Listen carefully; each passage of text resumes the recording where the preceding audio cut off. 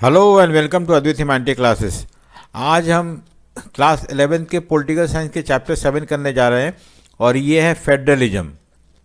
ये चैप्टर है फेडरलिज्म। तो हम इसमें देखेंगे फेडरलिज्म होता क्या है, क्या क्या इसके कैरेक्टरिस्टिक है, इंडिया क्या फेडरलिज्म है या नहीं है, और भी बहुत सारे फेडरलिज्म के एस्पेक्ट को पढ़ेंगे हम और वो क्वेश्चन फॉर्म में करेंगे हम। ठीक है। सो अगर आपने मेरे चैनल को सब्सक्राइब नहीं किया तो सब्सक्राइब कर लें, लाइक करें, शेयर करें and also press the bell icon so that you get the notification whenever any new video are uploaded. So let us begin the chapter. First question है what is federalism और what are the characteristic of federalism. So will try to understand federalism through its characteristic. So characteristic of federalism क्या है? पहला तो है कि to sets of policy होते हैं। देखो, it is a institution mechanism to accommodate two sets of policy, one at the regional level and other at the national level. Regional level मतलब स्टेट लेवल पे, ठीक है, एक स्टेट लेवल पे और दूसरा एट वेरियस स्टेट लेवल और दूसरा जो है एट नेशनल लेवल। सो अगर मान लो दो सेट्स ऑफ पॉलिटिक्स है, अगर दो लेवल ऑफ गवर्नमेंट है, then that can be called as a federalism. Federalism मतलब टू सेट्स ऑफ गवर्नमेंट। ठीक है। नेक्स्ट है people have two sets of identity. आमतौर पे क्या होता है कि एक, जैसे मान लो इंडिया है, इंडिया में एक लोग जो पंजाब में रहते हैं पंजाबी अपने आप को बोलते हैं and then they are also citizen of India, so they are also called Indian. So दो आइडेंटिटी होता है, एक तो जिस स्टेट में वो रहते हैं, जैसे take the example of people of Assam, so वो अपने आप को असमिज बोलते हैं, as well as they also say that they are the citizen of this country Indian. So इस तरह से people have generally two identity. ठीक है। So the detail of the dual system of government are mention in the constitution. So next feature है कि एक written constitution चाहिए, क्योंकि जो भी दो लेवल ऑफ गवर्नमेंट है उनका डिटेल मेंशन होना चाहिए रिटन कॉन्स्टिट्यूशन में। अगर कोई कन्फ्यूजन है तो we can see and come to conclusion that there are two level of government, one is central government, state government, and power of these government are clearly mentioned in the constitution, so there is no confusion that which power belongs to whom. Constitution is supreme and both the government get their power from the constitution। और यहाँ पे क्या है कि जो power state government को मिला वो कॉन्स्टिट्यूशन ने दिया है और जो सेंट्रल गवर्नमेंट को पावर मिला वो कॉन्स्टिट्यूशन ने दिया है। कोई किसी के ऊपर डिपेंड नहीं है और स्टेट जो है इंडिपेंडेंटली वर्क कर सकता है, क्योंकि whatever power state government enjoy that is given to them by the central government, sorry by the constitution. So state जो है सबऑर्डिनेट नहीं है, सेंट्रल गवर्नमेंट के नीचे नहीं आता है, बल्कि उनका अपना इंडिपेंडेंट रेलम है, अपना इंडिपेंडेंट स्पीयर ऑफ पावर है and accordingly they manage their own affair.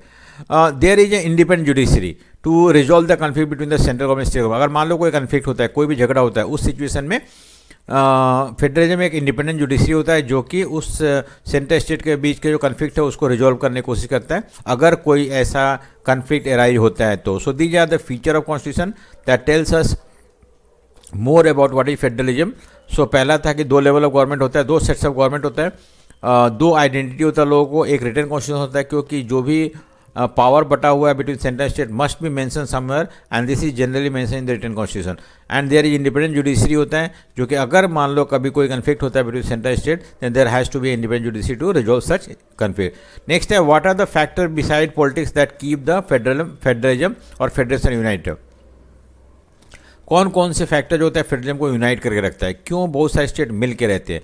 Beside politics, एक तो खैर पॉलिटिक्स है ही, over other factors which keep the federalism united are the similar cultural ideology and common history. देखो, जैसे मान लो इंडिया में जितने भी सारे स्टेट हैं उनका कॉमन हिस्ट्री है, कोई ब्रिटिश के अंडर में थे और then they fought together and then finally they become independent and so they united together and form federalism. ठीक है। So there is a culture of trust, cooperation and mutual respect. हर diverse group को एक दूसरे पर respect है, एक दूसरे पर म्यूचुअल फेथ है और कोऑपरेशन है। ठीक है। So all these factor also help in the smooth functioning of federalism. जब तक ये ट्रस्ट नहीं है स्टेट के बीच में, कोऑपरेशन नहीं है, जब तक म्यूचुअल रेस्पेक्ट नहीं है, तब तक फेडरलिज्म कभी भी प्रॉपर वे में फंक्शन नहीं कर सकता है। इसलिए हमें ये सारी चीज़ चाहिए। नेक्स्ट है what are the nature of our federalism. हमारा फेडरलिज्म का क्या नेचर है। Our federal system is based on the principle of unity and cooperation between centre and the state. So आपको पता है कि सेंटर और स्टेट के बीच में कोऑपरेशन है, यूनिटी है।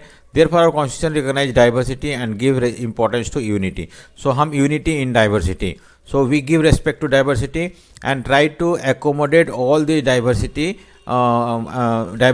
in India and thereby try to create India as a united country. ठीक है. नेक्स्ट व्हाट इज आर्टिकल 1 से. आर्टिकल 1 में क्या लिखा हुआ है?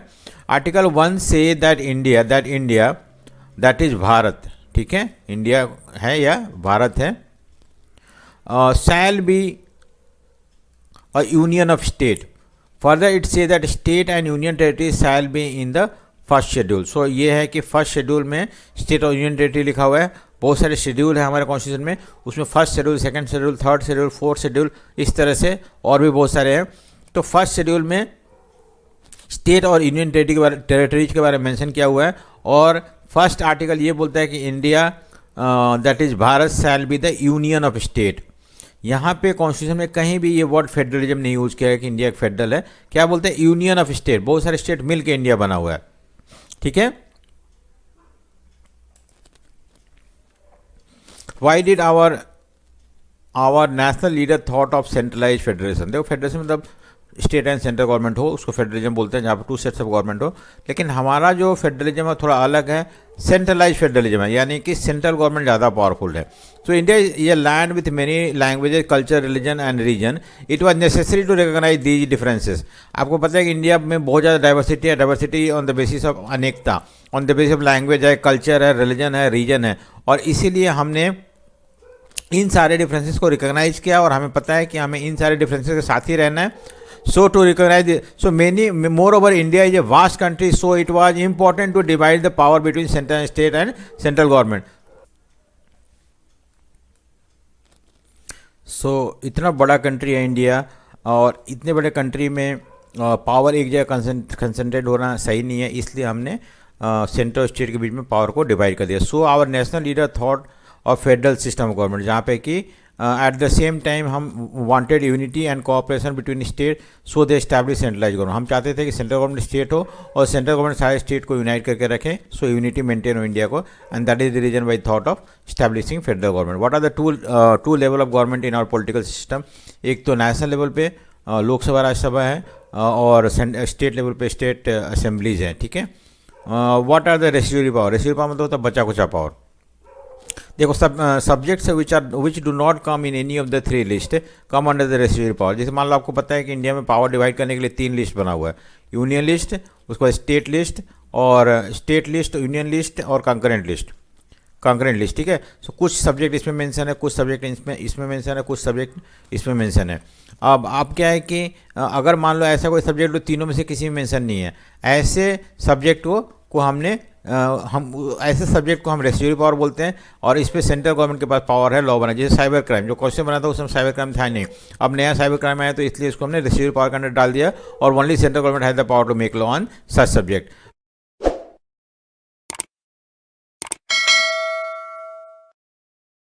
List some of the subject mention in the three list मैंने अभी बताया, यूनियन, स्टेट और कंकरेंट लिस्ट.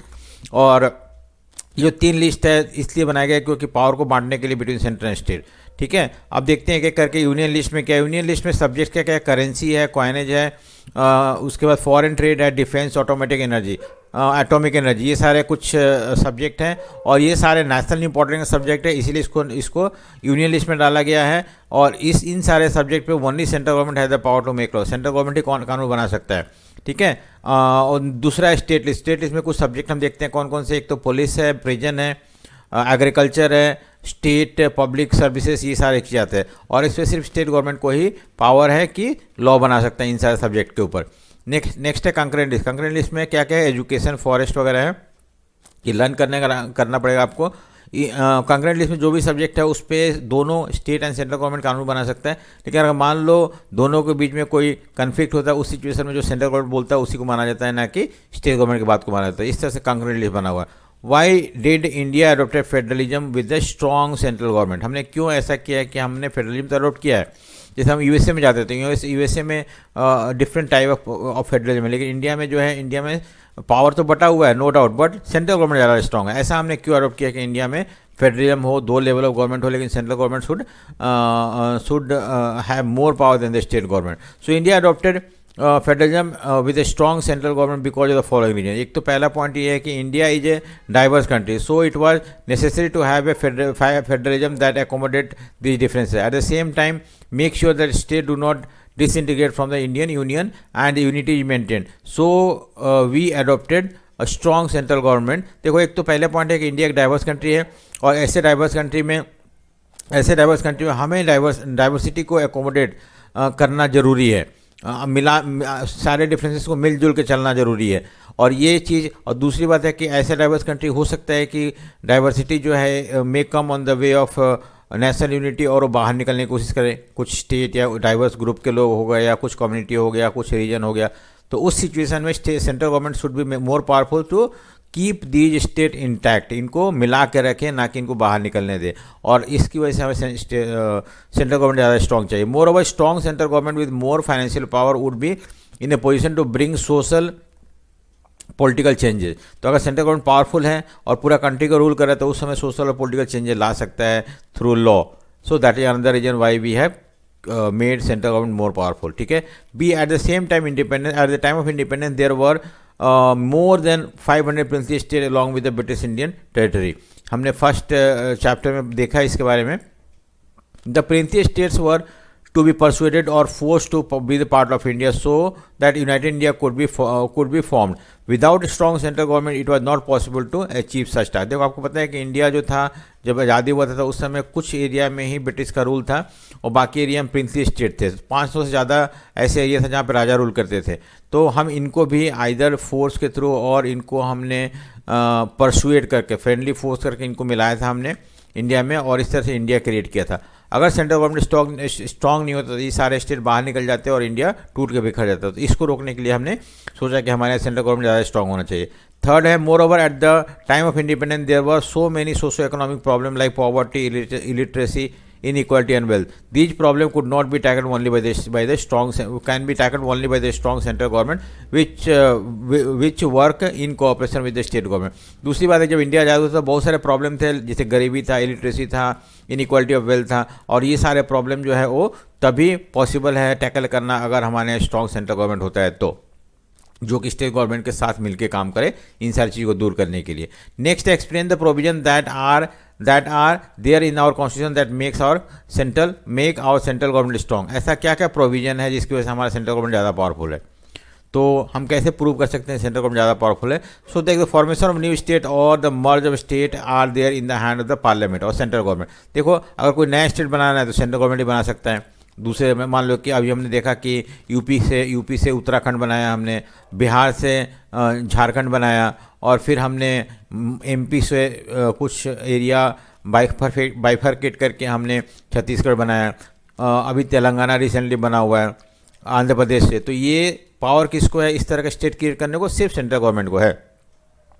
ठीक है। The parliament has the power to form new state और merge with the old state और change the name of the old state. So इस तरह से सेंट्रल गवर्नमेंट कर सकता है, and this indicate the central government is more powerful than the state government. ठीक है। नेक्स्ट पॉइंट क्या है कि और क्या क्या पॉइंट है जो कि हमें हेल्प करता है ये प्रूव करने के लिए सेंट्रल गवर्नमेंट पावरफुल है? दूसरा है कि सेंट्रल गवर्नमेंट ऑल्सो, ठीक है, second point, also has the power to declare emergency in the state.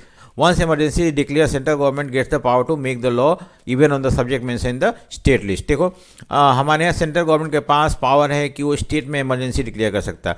अगर मान लो जब भी किसी भी कंटेक्स्ट में इमरजेंसी डिक्लेयर किया जाता है, उस सिचुएशन में जो सेंट्रल गवर्नमेंट को ये पावर मिल जाता है कि जो स्टेट लिस्ट में जो सब्जेक्ट मेंशन है उस पर भी कानून बना सकता है, और इस तरह से स्टेट गवर्नमेंट का पावर जो होता है कम हो जाता है ड्यूरिंग स्टेट इमरजेंसी। ठीक है। सेकेंड, तो ये भी शो करता है कि सेंट्रल गवर्नमेंट ज़्यादा पावरफुल है। थर्ड है कि central government has more financial power than the state.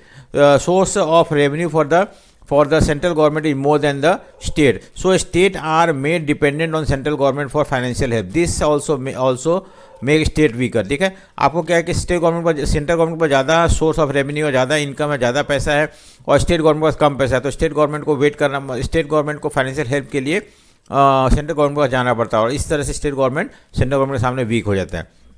Next है, there is a planning commission it is appointed by central government but it control supervise and manage the resources of the state. देखो हमारे यहाँ planning commission है जो कि ये appoint किया, ये सेंट्रल गवर्नमेंट अपॉइंट करता है इसको, और ये प्लानिंग कमीशन जो है वो पूरा कंट्री का रिसोर्सेज को एसेस करता है और सुपरवाइज और कंट्रोल करता है और मैनेज करता है रिसोर्सेज को, स्टेट के रिसोर्सेज को भी मैनेज करता है। तो इस तरह से resources also come under the control of central government and this also make central government more powerful. Next है, नेक्स्ट जो है हमारा कि the position of governor in the state also make central government powerful. The governor can recommend dismissal of state government and thereby dissolving the assembly. He can also delay the in passing a bill by the state legislature. देखो क्या होता है कि हमारे यहाँ central government के पास power है कि वो हमारे यहाँ गवर्नर है, हर स्टेट में एक गवर्नर होता है और सेंटर में एक प्रेसिडेंट होता है, ठीक है। और ये जो गवर्नर है वो कौन चुनता है?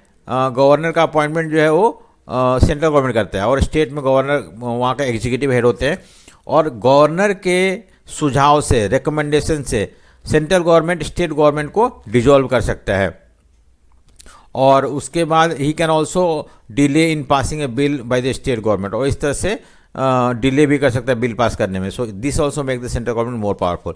नेक्स्ट है, central government can also make laws subject mention in the state list, अगर राज्यसभा एग्री होता है तो, क्योंकि राज्यसभा जो होता है स्टेट को रिप्रेजेंट करता है, और अगर राज्यसभा को लगता है कि ऐसे कुछ सब्जेक्ट है जो कि स्टेट लिस्ट में है लेकिन इस पर सेंट्रल गवर्नमेंट को कानून बनाना चाहिए, तो राज्यसभा पास कर सकता है ऐसे प्रपोजल को, and thereby central government get the power to make law on the subject mention in the state list also. We are also having all India services like IAS IPS होते हैं, ये जो officer होते हैं वो appoint करते हैं, appoint और control by the central government, but they work in the state administration.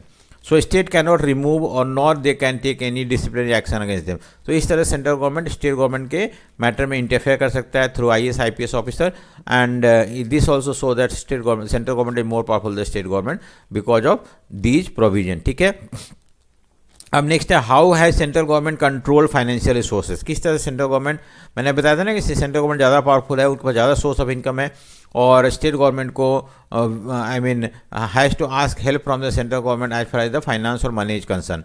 तो कैसे है कि सेंट्रल गवर्नमेंट ज़्यादा पावरफुल है? Central government has control over the financial resources of the state. कैसे? फर्स्टली क्या है, सेंट्रल गवर्नमेंट है more source of revenue and state are dependent on grant and financial assistance from the centre.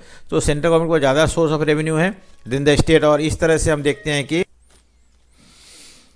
Second जो है, secondly union government appoints planning commission, और वो planning commission जो होता है कंट्रोल सुपरवाइज करता है रिसोर्सेज ऑफ द स्टेट। तो इस तरह से भी जो हम देखते हैं कि हमारा सेंट्रल गवर्नमेंट जो है वो पैसा को कंट्रोल करता है, रिसोर्सेज को कंट्रोल करता है, and that also make central government more powerful, ठीक है।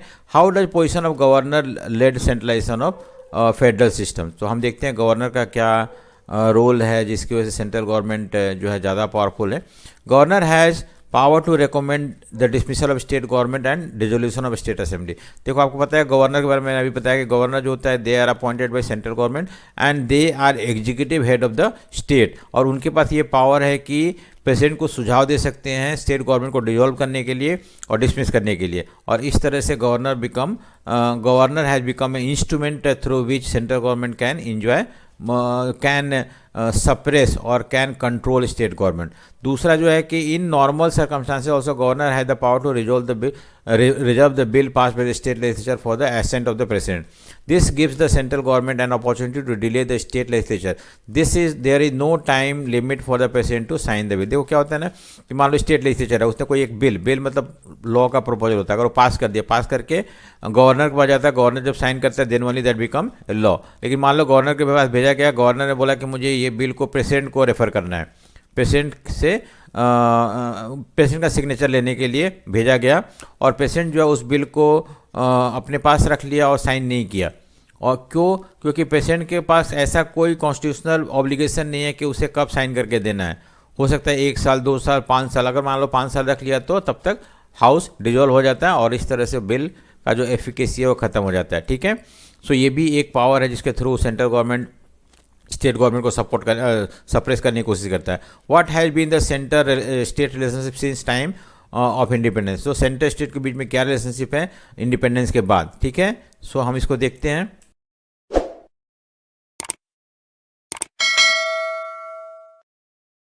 क्वेश्चन देखते हैं हम कि what has been centre state relationship since the time of independence. तो आजादी के समय से हमारे सेंट्रल गवर्नमेंट और स्टेट गवर्नमेंट में क्या रिलेशनशिप है। तो फर्स्ट पॉइंट है 1950s and 1960s when there was Congress dominance in central as well as state, the relationship between central and state have been quite peaceful and without tension। देखो आपको पता है कि 1952 में पहला इलेक्शन हुआ था, उसके बाद से हर इलेक्शन में कांग्रेस जीतता रहा है। सिर्फ ना ही सेंट्रल गवर्नमेंट में बल्कि स्टेट गवर्नमेंट भी कांग्रेस का सरकार बनता रहा है। और इसकी वजह से दोनों जगह एक ही पार्टी का सरकार रहने की वजह से कोई टेंशन नहीं था।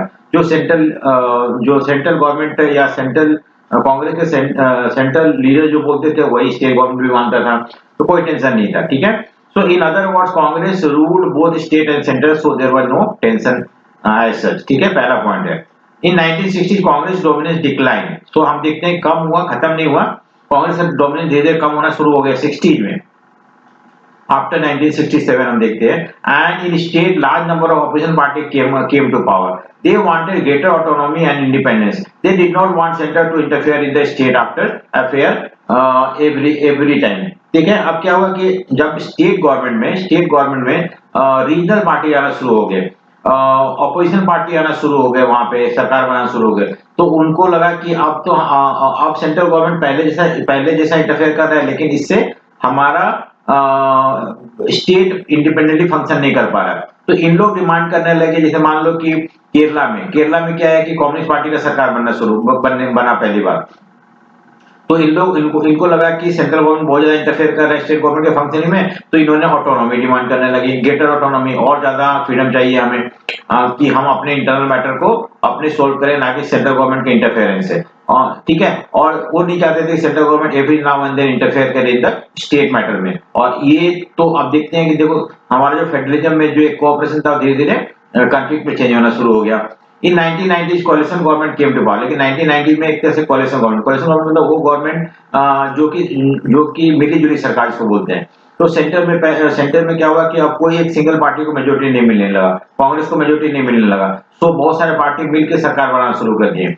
नो डाउट कांग्रेस, अगर मान लो कांग्रेस को 200 सीट मिला है, तो बाकी 73 सीट जो है वो बाकी छोटे छोटे पार्टियों से, स्टेट पार्टियों से लेके सरकार बनाते थे, प्रूव करते थे मेजोरिटी है, और इस तरह से सरकार बनाना शुरू कर दिए।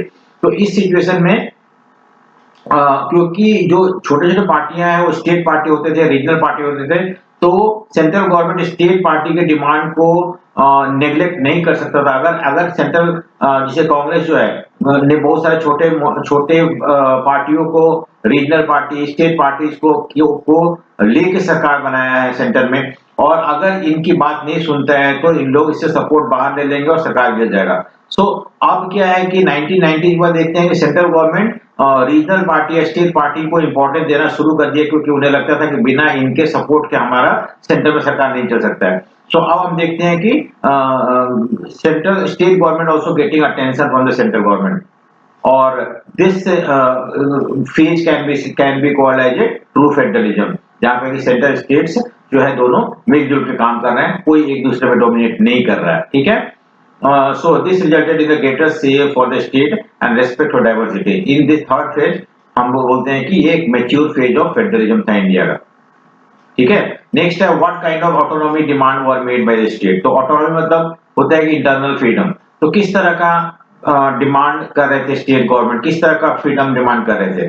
सो autonomy demand made by the states were first political parties like DMK, Akali Dal, CPIM had demanded division of power in favor of state and more important power to be assigned to the state। देखो कुछ party जैसे DMK हो गया, अकाली दल हो गया या CPI जो थे, ये मांग कर रहे थे कि पावर को दोबारा से डिवाइड करो और ज्यादा पावर दो स्टेट गवर्नमेंट को, सेंट्रल गवर्नमेंट को उतना पावरफुल नहीं रखो, ये इनकी मांग थी। दूसरा ग्रुप जो था दे आल्सो डिमांडेड, ये जो डीएमके अकाली दल ये और सिर्फ ऑटोनॉमी नहीं मांग, ज्यादा ऑटोनॉमी नहीं मांग रहे थे, ज्यादा पावर नहीं मांग रहे थे, इसका अलावा ही चाह रहे थे फाइनेंशियल ऑटोनॉमी हो। फाइनेंशियल ऑटोनॉमी मतलब क्या होता है कि इन्हें पैसे के लिए सेंट्रल गवर्नमेंट पे डिपेंड करना ना हो, और इनके पास इतना सोर्स ऑफ इनकम हो कि अपना जो फाइनेंशियल प्रॉब्लम खुद सॉल्व कर सके। ठीक है, तो उसको बोलते हैं फाइनेंशियल ऑटोनॉमी। अब देखो क्या है यहाँ पे, कि the center has control over item generating revenue. So in 1970, the left front government in West Bengal demanded restructure of center-state relationship. Tamil Nadu and Punjab also demanded the same. तो इस तरह से हम कुछ स्टेट ये demand करने लगे कि हमें ज्यादा पावर मिलना चाहिए और ज्यादा सोर्स ऑफ इनकम मिलना चाहिए, जिससे कि हम सेंटर के ऊपर डिपेंड होना ना पड़े। ठीक है, states are also angry about the greater administrative control through the all India services. State do not want centre to control their administration machinery. आपको पता है, मैंने अभी थोड़ी देर पहले बताया कि आईएएस आईपीएस ऑफिसर जो होते हैं वो सेंट्रल गवर्नमेंट अपॉइंट करता है और सेंड कर देता है स्टेट में, डिस्ट्रिक्ट में, वहां पे कंट्रोल करने के लिए एडमिनिस्ट्रेशन को। और इस तरह से central government through IAS IPS officer state के एडमिनिस्ट्रेशन मशीनरी को कंट्रोल करता है। तो ये नहीं चाहते थे कि इस तरह का आईएएस आईपीएस ऑफिसर जो सेंट्रल गवर्नमेंट चुने और वो स्टेट में जाके सेंट्रल गवर्नमेंट के एजेंट बन के काम करे। वो चाहते थे ये उनके कंट्रोल में हो। अगर वो चाहे तो ट्रांसफर कर सकते हैं, वो चाहे तो उनको डिसमिस कर सकते हैं, अगर उनको लगता है कि स्टेट के हिसाब से वो काम नहीं कर रहे हैं तो ये भी डिमांड था। चौथा था कि autonomy demand are also related to cultural linguistic issue. देखते हैं कैसे कल्चरल और linguistic issue. For example, Tamil Nadu was opposed to dominance of Hindi. देखो, तमिलनाडु नहीं चाहता कि हिंदी को ऑफिशियल लैंग्वेज दिया किया जाए। उनका ऐसा मांग था कि तमिल जो है बहुत पुराना लैंग्वेज है और उसको ज्यादा इंपोर्टेंस दिया जाना चाहिए। In 1960 some states were opposed to imposition of Hindi language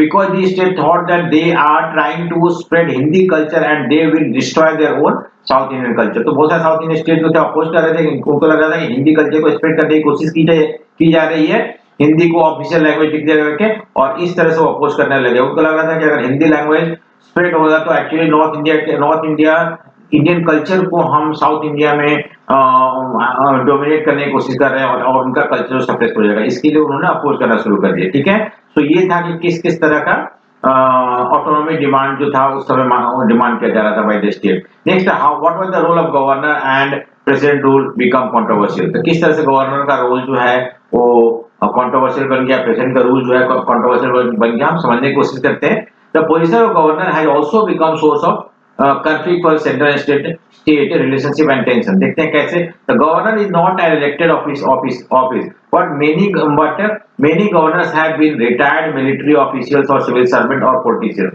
Also governor is appointed by central। तो चलो ये तो कोई बात नहीं, गवर्नर कौन होते हैं? Anybody can become governor, maybe civil servant, maybe retired politician, कोई भी हो सकता है, military officer हो सकते हैं। लेकिन governor is appointed by central government. देखो ये इंपॉर्टेंट है। So governor is seen as a interference in the affair of state। अब जैसे गवर्नर जो है सेंट्रल गवर्नमेंट चुनता है और गवर्नर से मान लो गवर्नर है, ये गवर्नर चुन के दे आर सेंट टू से पंजाब में भेज दिया उन्होंने, जम्मू एंड कश्मीर में भेज दिया, से यूपी में भेज दिया, से बिहार में भेज दिया, झारखंड में, वेस्ट बंगाल में। सो ये सारे गवर्नर जो है कौन सेंटर चुनता है? Central government. सेंट्रल गवर्नमेंट चुनता है गवर्नर को और उसको स्टेट का एग्जीक्यूटिव हेड बना दिया जाता है। और इस तरह से central government try to interfere in the state administration, in the state governance through governor, because governor become the executive head of the state को कंसल्ट नहीं किया जाता है while appointing governor of a particular state. So ये भी एक, और इसके ये जो है कॉन्फ्लिक्ट का कारण है बिटवीन सेंट्रल एंड स्टेट की। स्टेट गवर्नमेंट ये बोलता है कि गवर्नर जो है सेंट्रल गवर्नमेंट चुनता है और स्टेट का हेड एग्जीक्यूटिव हेड चुन देता है और उसके थ्रू इंटरफेयर करता है, और ये सही नहीं है। सो ये एक मैटर ऑफ कॉन्फ्लिक्ट है। Article 356 is also a source of controversy. हम देखते हैं आर्टिकल 356 क्या होता है। देखो आर्टिकल 356 जो होता है ना, प्रेसिडेंट को पावर देता है कि वो किसी भी स्टेट में स्टेट इमरजेंसी डिक्लेयर कर सकता है अगर उसको लगता है कि स्टेट गवर्नमेंट जो है कॉन्स्टिट्यूशन के हिसाब से काम नहीं कर रहा है तो। ठीक है, अब ये कौन ऐसा प्रेसिडेंट को बोलता है? ये गवर्नर सजेस्ट करता है कि पर्टिकुलर स्टेट जो है वो there is break down of constitution machinery, और स्टेट जो है प्रॉपर वे में काम नहीं कर रहा और स्टेट गवर्नमेंट जो है कॉन्स्टिट्यूशन हिसाब से काम नहीं कर रहा है, तो उस सिचुएशन में प्रेसिडेंट गवर्नर के सुझाव को, सजेशन को सही मान के स्टेट में इमरजेंसी डिक्लेयर कर दिया जाता है। उस समय स्टेट गवर्नमेंट जो है वो that comes under the control of union government, central government. और इस तरह से इसको भी एक कंट्रोवर्सी पॉइंट ऑफ व्यू से देखा जाता है। ये तब ऐसा होता है जबकि स्टेट गवर्नमेंट में किसी और पार्टी का गवर्नमेंट हो, और स्टेट गवर्नमेंट में किसी और पार्टी रूल कर रहा हो, सेंटर में किसी और पार्टी रूल कर रहा हो, उस समय स्टेट इमरजेंसी लगाया जाता है, तो इसको एक स्टेट का इंटरफेरेंस माना जाता है, स्टेट को, ठीक है। तो ये चीज है इसके सेकंड में article 356। Article 356 was used occasionally 1967 में यूज किया गया था। 1967 में many state had non Congress government and Congress was in centre. So अब 67 देखते हैं बहुत सारे स्टेट में क्या हुआ कि नॉन कांग्रेस गवर्नमेंट था और सेंटर में कांग्रेस गवर्नमेंट था। तो centre use this provision of article 356 to remove the elected government as in Andhra Pradesh, Jammu and Kashmir in 1980 में भी ये किया गया था। तो ये एक तरह से सेंट्रल गवर्नमेंट का स्टंट है अपना पावर को शो करने के लिए और नॉन कांग्रेस गवर्नमेंट को स्टेट से डिसॉल्व करने के, हटाने के लिए। तो governor has the power to recommend the dismissal of state government and suspend और dissolution of state assembly. So ये कौन, किसके कहने पे सेंट्रल गवर्नमेंट स्टेट में इमरजेंसी लागू करता है? गवर्नर के कहने पे। और इस चीज को लेके स्टेट गवर्नमेंट हमेशा ये क्वेश्चन रेज किया कि इस तरह का इंटरफेरेंस सही नहीं है। ठीक है, नेक्स्ट है क्वेश्चन कि what is Sarkaria commission and why was Sarkaria commission appointed. ठीक है, हम देखते हैं कमीशन है। कमीशन मतलब होता है कि गवर्नमेंट को अगर कुछ इंक्वायरी करना होता है या कुछ जानना होता है तो एक कमीशन सेटअप करता है और उस कमीशन में 4-5 लोग होते हैं और जो उस कमीशन का हेड होता है उसके नाम पे उस कमीशन का नाम दिया जाता है। सो सरकारिया कमीशन में सरकारिया होंगे, कोई एक चीफ होंगे उस कमीशन के, उनके नाम पे सरकारिया कमीशन रखा हुआ है। और ये क्यों अपॉइंट किया गया था, उसका क्या रिकमेंडेशन था? सरकारी कमीशन में अपॉइंटेड 1983। तो याद रखना, एक नंबर क्वेश्चन आ सकता है। तो look into the central state relationship की सेंट्रल स्टेट रिलेशनशिप में इतना सारा बवाल हो रहा है तो क्या है, क्या करना चाहिए, क्या सुझाव सरकारी कमीशन ने दिया था इसके बाद। After the decline of the dominance of Congress in the state started demanding autonomy, less interference of the state.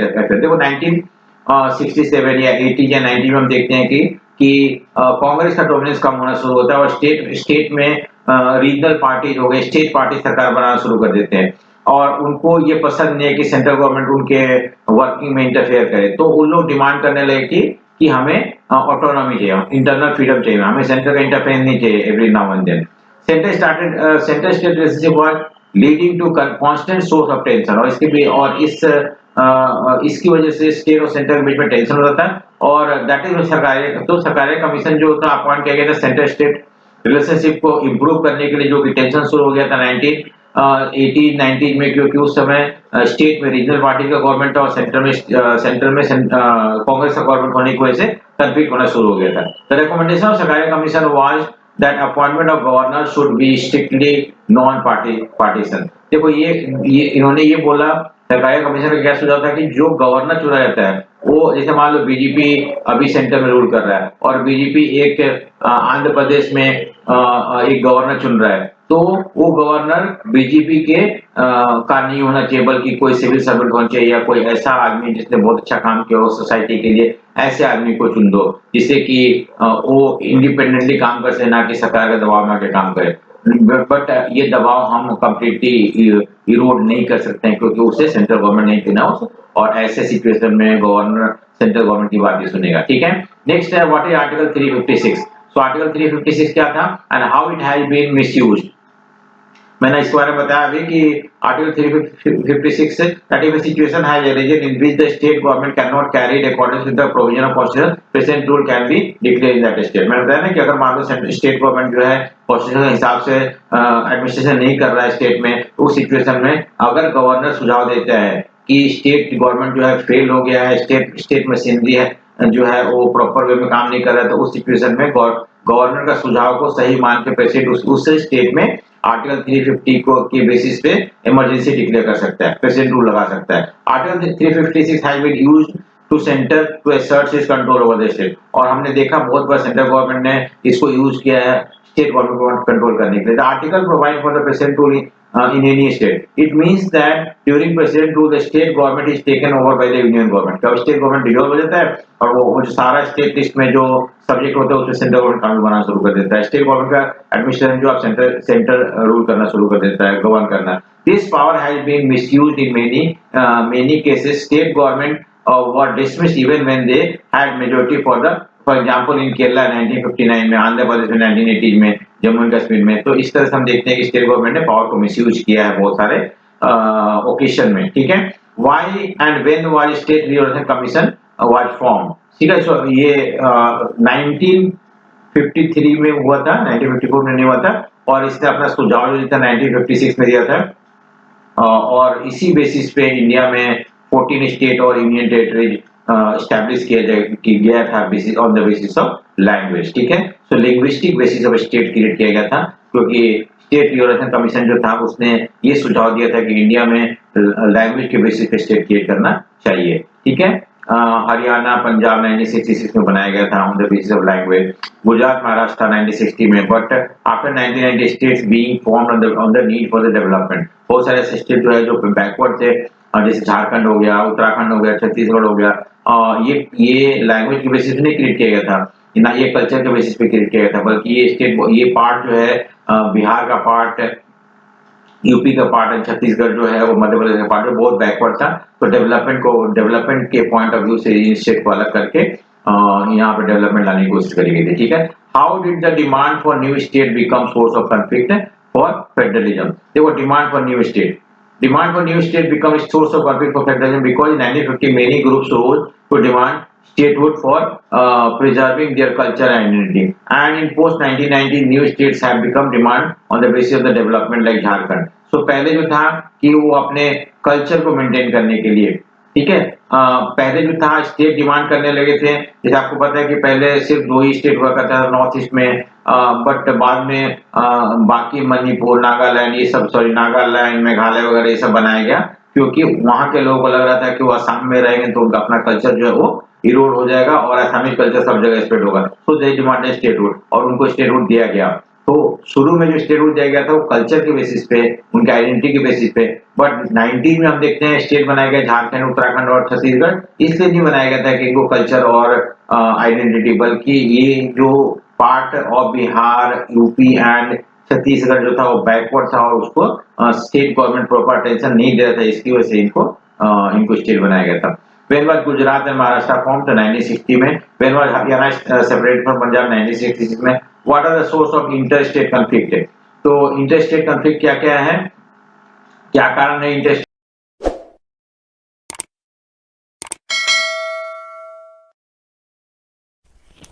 So next question है, what are the source of inter state conflict? So 2 state के बीच में conflict का क्या कारण था? यहाँ पे हम सेंट्रल स्टेट की कन्फ्लिक्ट की बात नहीं कर रहे हैं, हम 2 स्टेट के बीच में, मे बी पंजाब हरियाणा के बीच में हो गया या तमिलनाडु केरला कर्नाटका के बीच में हो गया, किस तरह का कन्फ्लिक्ट था, क्या इशू था? एक तो बाउंड्री इशू है कि स्टेट का जो बाउंड्री बनाया गया उसमें कुछ स्टेट को लगता है कि हमारा एरिया जो है दूसरे स्टेट को दे दिया गया, तो उसको लेके भी कन्फ्लिक्ट है।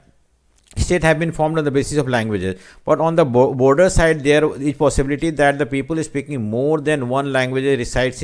जैसे मान लो कि ये है आपका महाराष्ट्र है, ठीक है, और साथ में कर्नाटका है, नीचे कर्नाटका है, तो ऐसे बहुत सारे कन्नड़ स्पीकिंग लोग रहते हैं यहाँ पे, ठीक है, और ये महाराष्ट्र में चला गया है। तो ये कर्नाटका बोलता है कि अगर लैंग्वेज के बेसिस पे स्टेट क्रिएट किया गया है तो ये पार्ट जो है ये should have gone to Karnataka, और इस तरह का बहुत सारे एरिया में डिस्प्यूट है। जैसे देखो यहाँ पे क्या लिखा हुआ है, people speaking more than one language resides in, so state lay claim over the territory, कि ये एरिया उनका है। On the long standing dispute between Maharashtra and Karnataka over the city of Belgaum, Belgaum जो है एक जगह है जो मैंने अभी बनाया है, यहाँ पे ये पार्ट जो है बेलगाम है, और यहाँ पे देयर कन्नड़ स्पीकिंग लोग रहते हैं, और कर्नाटका डिमांड कर रहा है कि उसे मिलना चाहिए। उसी तरह से बोथ पंजाब एंड हरियाणा जो है चंडीगढ़ को बोलते हैं कि हमारा है, और इस बात को लेकर डिस्प्यूट है। नेक्स्ट है, सेकंड है रिवर डिस्प्यूट। रिवर डिस्प्यूट मतलब नदी का पानी जो है 2 स्टेट में होकर गुजरता है, और जो स्टेट मान लो कि पहले आता है वो अगर पानी को रोक लेता है, दूसरे स्टेट में पानी नहीं मिलता है, तो इसको लेके झगड़ा है। This is more important because water is required for agriculture drinking purpose के लिए, ठीक है, और ये पानी हमें नदी से मिलता है। Kaveri water dispute is very famous dispute, but Tamil Nadu and Karnataka are fighting over the share of Kaveri water, ठीक है। गुजरात, MP एंड महाराष्ट्र जो था वो नर्मदा रिवर को लेके लड़ रहे हैं कि पानी पानी का प्रॉब्लम हो रहा है किसी स्टेट में, वो जो अपर स्टेट है वो पानी को रोक लेते हैं या पानी को डाइवर्ट कर देते हैं एग्रीकल्चर के लिए। What are the causes of tension in our federalism, तो 4 कॉजेज है, तीनों को हमने ऊपर सेपरेटली पढ़ा है। अगर मान लो कि 6 मार्क्स का क्वेश्चन आ जाता तो एनी 3 एक्सप्लेन करने के लिए तो तीनों एक्सप्लेन करना जो ऊपर है।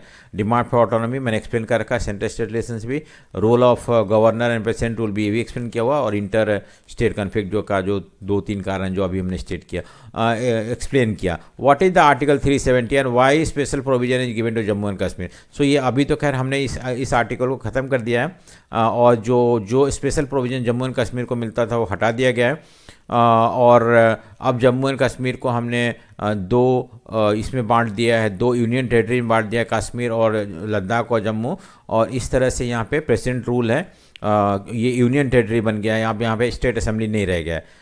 ठीक है, और हम तब तक ये चलेगा जब तक कि वहाँ सिचुएशन नॉर्मल नहीं हो जाता, उसके बाद शायद सेंट्रल गवर्नमेंट में think of creating state, but so article 370 gives, लेकिन उससे पहले जम्मू एंड कश्मीर को स्पेशल पावर दिया गया था, ज़्यादा ऑटोनॉमी दिया गया था, ज़्यादा ऑटोनॉमी ज़्यादा पावर दिया गया। प्रोविजन क्या क्या था जिससे कि जम्मू एंड कश्मीर को ज़्यादा ऑटोनॉमी मिला हुआ था, तो एक तो सेपरेट कॉन्स्टिट्यूशन था, उनका अपना फ्लैग था जम्मू एंड कश्मीर को, ठीक है, जो कि बाकी स्टेटों को नहीं मिलता है। Emergency not applicable unless allowed by the state legislature, जब तक स्टेट लेजिस्लेचर नहीं बोलता है जम्मू एंड कश्मीर में इमरजेंसी नहीं लगाया जा सकता था। Parliament has a limited power over Jammu and Kashmir and other powers listed in the union list and concurrent list can not be use only with the consent of state government. So आपको पता है कि union list और concurrent list में बहुत सारे subject है, और इस पर पार्लियामेंट कोई लॉ बनाता है तो वो लॉ जम्मू एंड कश्मीर में अप्लाई नहीं हो सकता है जब तक कि वहाँ का स्टेट गवर्नमेंट उसको हाँ नहीं कर देता है। Central government can not impose financial emergency in the state, so ये भी एक रेस्ट्रिक्शन है, और इस मामले में बहुत ज़्यादा ऑटोनॉमी और इंटरनल फ्रीडम है।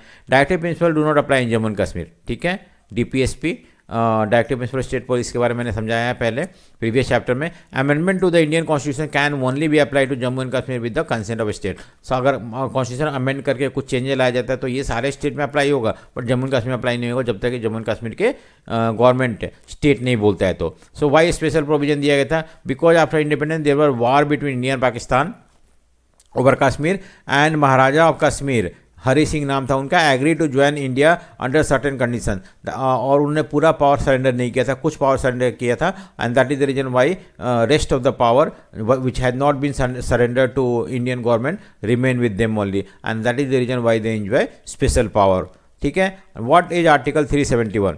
सो आर्टिकल 371 है क्या? ये आर्टिकल में Jammu and Kashmir article 371 gives special provision to north eastern state under Indian constitution.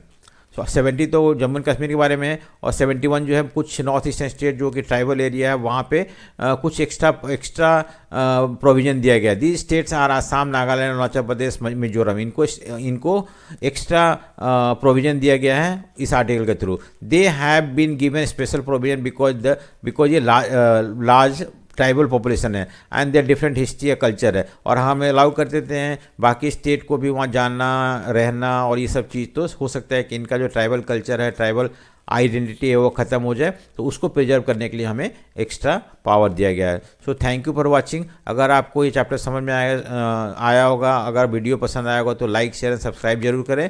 So thank you.